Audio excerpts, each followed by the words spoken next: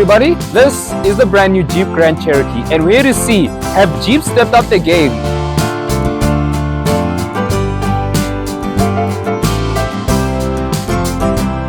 Hello guys, we are here with the 2024 Jeep Grand Cherokee Summit, which is near enough the top of the range car, and we're here to just give you a little bit of details on how this is different, not only to something like the base level trims, but also different to the previous generation. Now, as you can see, if Eugene just shows the side profile of this car, the car has gotten very long, and we're to tell you that this is only the 5-seater. There's still the L, which is the 7-seater, which is even longer than this. So they've really made these cars into boats. I mean, if you just look how much longer these front bonnets are compared to the previous generation, it is just insane. I must say, I really do like the design though. It does look really mature. They got a very American touch to them now. They feel a bit bigger, a bit wider, a bit longer, and they just look a bit more mature now. As you can see, being the top of the range, you do get this really nice silver trim level on the grille. And as you can see, you've got a lot of sensors running along the car, as well as a front-facing camera being the top of the range trim. Now, you do have some really nice lighting here, as well as some really nice lighting at the bottom. These vents are fake, but I mean, it's not a performance car, so we're not too worried about that. It's not a BMW or Mercedes, and so we don't focus on that too much. You do, however, get these really nice wheels as standard for the top of the range car. Now, as you can see, it's got some really nice lining that actually runs through the entire car and even into the back lights, which I'll show you in a second. And even more so, some more arch lining here, which makes the arches stand out a little bit more than they already are, which makes the car just look that tad bit wider. Now, running along here, you do get a really nice silver trim, as well as silver trim on the doors here. You've got your Grand Cherokee badging over there, and some more silver trim on the bottom here. Now, this being the 5-seater means it's still long, but being, if it was the 7-seater, we'd probably have to walk to those bushes over there, because the car is just insanely long. Now, like I was saying earlier, you can see how this line just runs straight into the lighting here and across the rear end, which I just think is really nice from Jeep. It's a really nice touch. It looks like they had some attention to detail there. You can see this really nice back lining for the back window here, and it just gives the car a bit more character, as well as this little bit of a lip spoiler at the back as well, which also just gives the car a little bit more character. Now, the car has some more silver trim in there, as well as a 4x4 badging to say that this is all-wheel drive, just like most Jeeps are.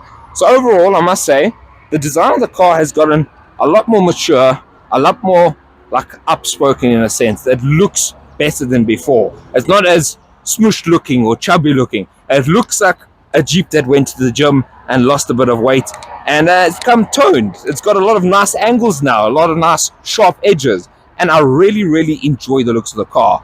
So now I want to see if the interior can match the changes the exterior has on the previous generation. Now that we're on the interior of the new Grand Cherokee, I do have to say they did really step up their game. You do have a stitched leather door card over here. You also have wood trim paneling on the doors as well as on the dashboard.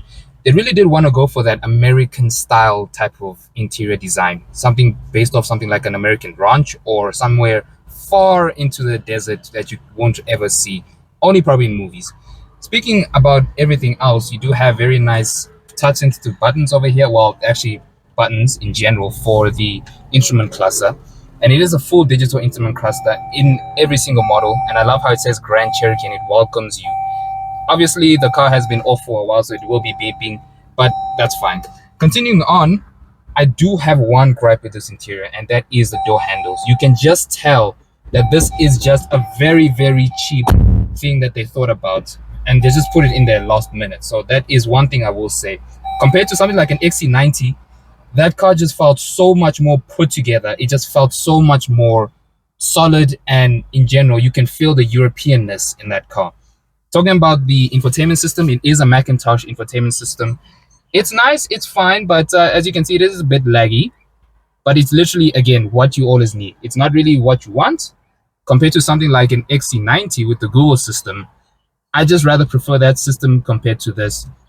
And we did test out the audio system.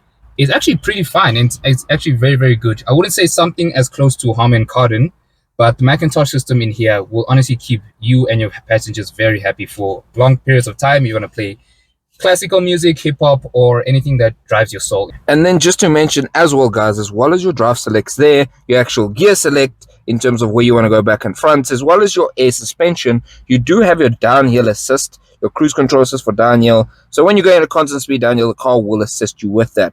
You have your four-wheel drive low as well as a hold, and that all helps you with your off-road goodies. Now, if we were to look here, you do have an HDMI for the passenger, because as an American car, they have to spell out all the stuff properly and tell you what everything does, like Joe McClarkson once said. And then, nice enough from Jeep, you actually have a USB and USB Type-C and an aux cable, as well as wireless charging there. Now, you have some decent cup holders, and as you can see, there's actually this really nice stitching trim with this leather going along the side of the center console. And if you lift the first button, you have a small dish there for some storage. You can close it down, press the second button, and then you have quite a big storage box inside there. It really is deep down in there. And obviously, closing it again, you can see it's really nicely trimmed with the soft touch and some really nice stitching. Then running along the side, yeah, now the car is off, so the screen is off. But when you are driving, you do have a screen here that'll come on for the passenger.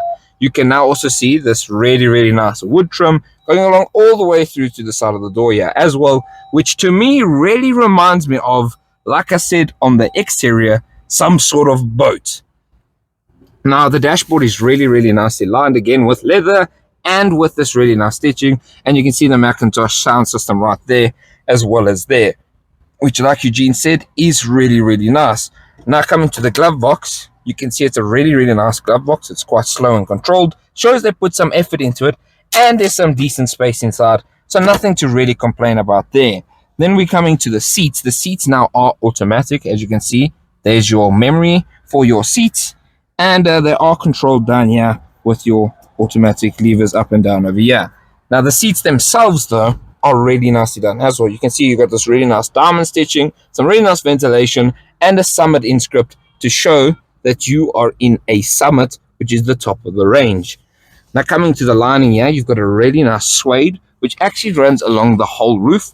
And on top of that, a really, really nice sunroof as well, which we'll see if it will open up. And it's decided not to, but we will get to that later on, and we will show you the sunroof properly in a little bit. So let's actually head to the back end of the car and see how comfortable and how practical the rear space is. Now that I'm in the backseat of the new Grand Cherokee, it is an American car.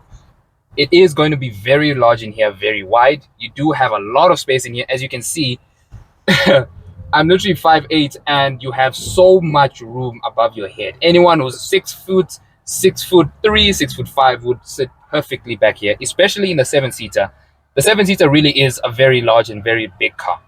Now, if you look down here, you can see like my leg space is very nice. You know, this is the usual driving position of myself or someone else who's a bit taller than me, and it's really, really fine.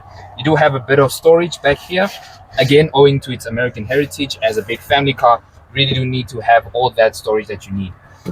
And then another feature I actually like in this car is the air vents actually hit your legs on the sides over here. So like if it's a cold day or it's a hot day, you want to warm up quickly or you want to cool down, it's a very nice feature to have. I do wish more cars had that. And then opening the armrest over here, it is on the smaller side of things, which is very surprising. But again, even the XC90, it was around the same size. You also do have 2 nice cup holders over here, and you do have indentations for like if you have a Monster energy drink or something that's of a large size, it won't be flopping around when the person is driving, and you won't be spilling everywhere. But other than that, I really do like these seats. Now the base level of the seats, it just feels like you are sitting quite low, like you're really leaned back into the lumbar support of the car. But I do actually prefer it like that, because then it just makes you feel like it's a bit more interesting compared to some other cars. And my god, now that I'm done with that distraction, let's just see how practical it is in the boot space.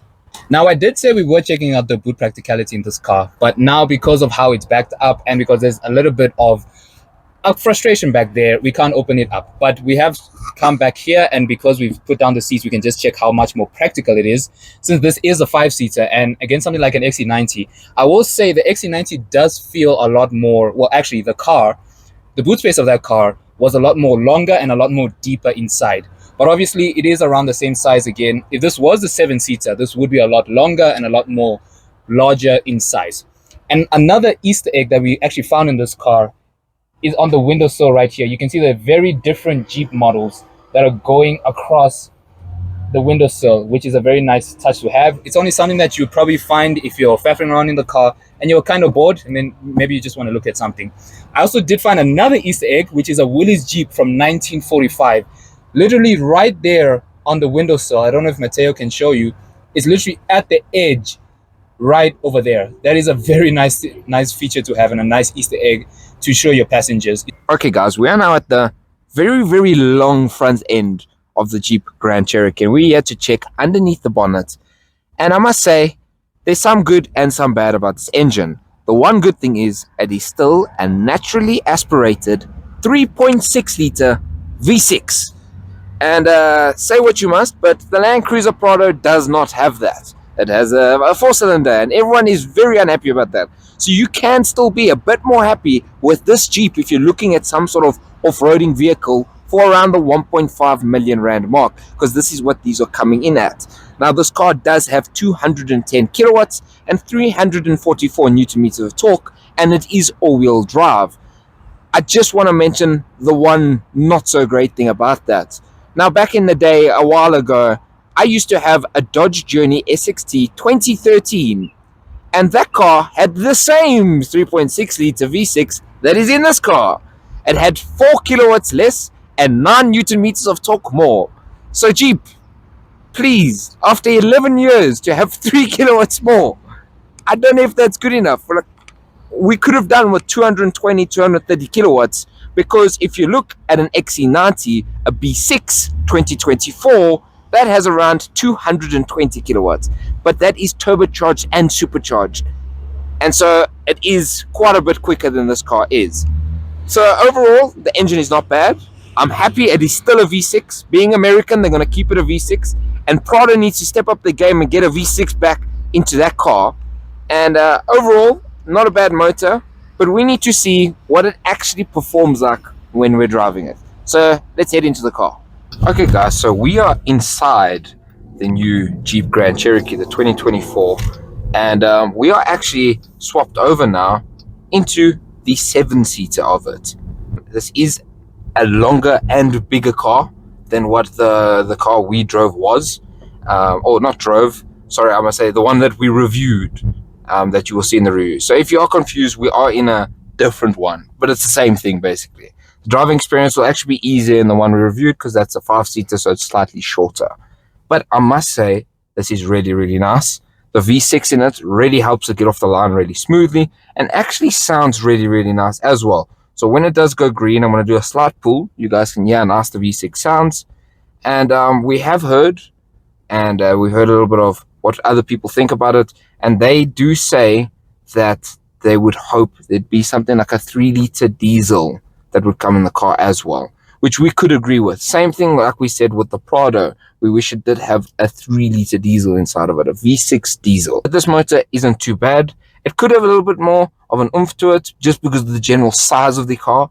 But overall, you're not going to be doing this or using this car for any sort of performance driving. So it's not really too much of an issue. The light's about to go green now, and then I'll show you how nicely the car gets off the line and how soft and smooth the pull really is in the car.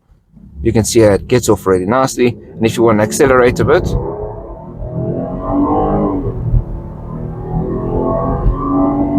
It has good enough torque. the V6 sounds very, very nice. Now something like an XC90 V6 will be faster, but that is just because of how forced induction works in a car, being turbocharged and supercharged and more powerful and more torquey. It's just obvious it is going to be quicker, and it is slightly smaller and weighs slightly less.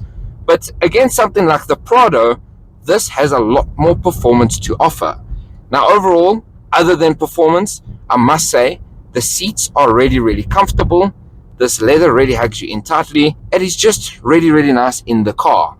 So now that I'm also in the passenger side, I will say it is very nice and comfortable. It almost does remind me of the Range Rover SVR that we were in a couple months ago. you just have that commanding view of a battleship, basically. And going over some bumps, it's a Jeep. The suspension is very good. It is an off-roading car, so it is going to be very compliant over rough patches of the tarmac. And then looking literally above everyone, it is just insane. You know, they really do call this the budget Range Rover, or we just call it the budget Range Rover, because the commanding view that you have in this, you will honestly not even get in something like a GLC or a GLE or even an X5. They just don't compete with this. But I will give you my thoughts when I am driving the car. Okay, guys, so now I am in the passenger seat, and I just wanted to just quickly touch on the slightly different trim, just to show you some of the options you do have. Now, this is the Overland, which is the mid trim level, so it isn't too far off what the top of the range is. You do still get some really nice stitch, as well as some really nice soft touch all the way around, and this really nice wood style trim as well over here. Now, this display system is quite easy to use because it's not too far, and you do have some actual buttons for stuff like your aircon and all of that, which is really nice to have. Now, you do sit quite high up, as Eugene said. Yeah. I mean, if I put it in my eye view, you can kind of see I'm quite in line with the buildings next to me. And if you look at the front bonnet from my point of view, it looks like the king's table, and you can sit across all the way down there. I think if someone stood in front, you'd barely see them. And it just shows the general presence of this car. I must say, it is just really comfortable in here as well. The seats are actually very nicely done, and really are nice to just be seated in. You feel really comfortable. Now, we are in sport, as you can see, and this V6 is just lovely. One of the best parts of the car. I'm going to keep quiet just a little bit so that you can actually hear some of the noise.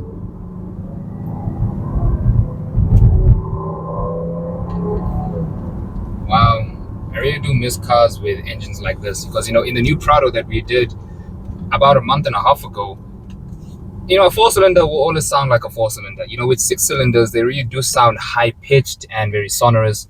But with a four-cylinder, they just sound burbly and a bit graspy and everything else. So right off the bat, you can just tell that this is a massive car. It does not hide its weight or its size and its mass in any shape or form. You can just tell just how much space it takes up on the road. Sitting at this commanding view, I feel like I'm literally piloting a battleship.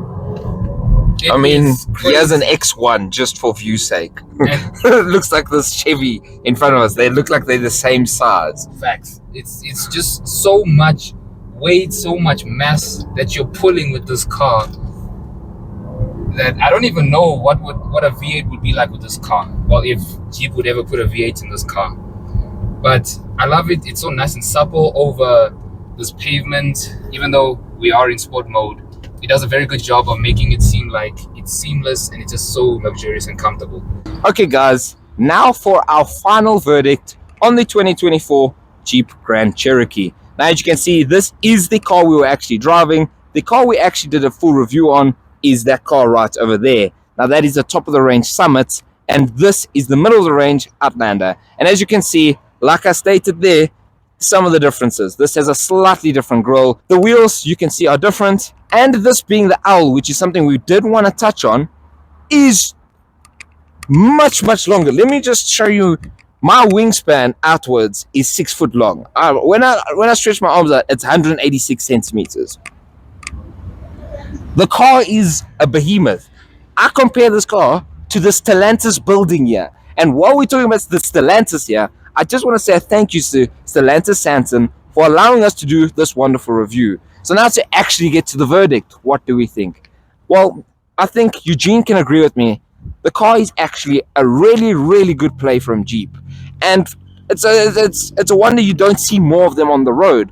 I mean, compared to something like the Everest or even the Prado, the suspension is just better for daily driving. It handles better, it feels better, you feel more in control. And on top of that, with the gearbox coupled to that 3.6 V6, which sounds absolutely phenomenal, it feels just as smooth, if not even smoother. It does feel more premium than something like a Prado, and I might actually take this over a Prado. Whether you want the 5-seater, which may be easier to drive around in, or the 7-seater to carry your entire bloodline with, you can't go wrong.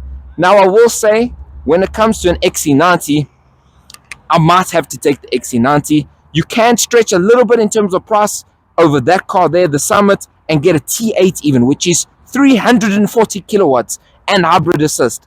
So in terms of build quality, overall, the car isn't bad, but I might suggest that you shortlist it and look at an XC90 as well. Now that we're at the final conclusion of this video, what do we think about the new Grand Cherokee? Well, it is very much a step up from the previous generation. I mean, looking at it as a car, it really is very good. As Mateo has already said, the suspension really is nice. It really is compliant for daily use, such as going to the shops or going on a long road trip as well. And since it is a Jeep, you can be taking this off-road, competing with your G-Wagons and much of your like Japanese counterparts as well. So I'd just like to give a massive shout out again to Fiat Chrysler here in Sandton for giving us this amazing car to review. We've done many other cars of this, so if you want to check them out, make sure you click the links down below, or you want to check out the channel, just browse and you'll enjoy everything else. So make sure you like, comment and subscribe, and we'll see you for the next one, because there's more of these coming in the future. Bye bye.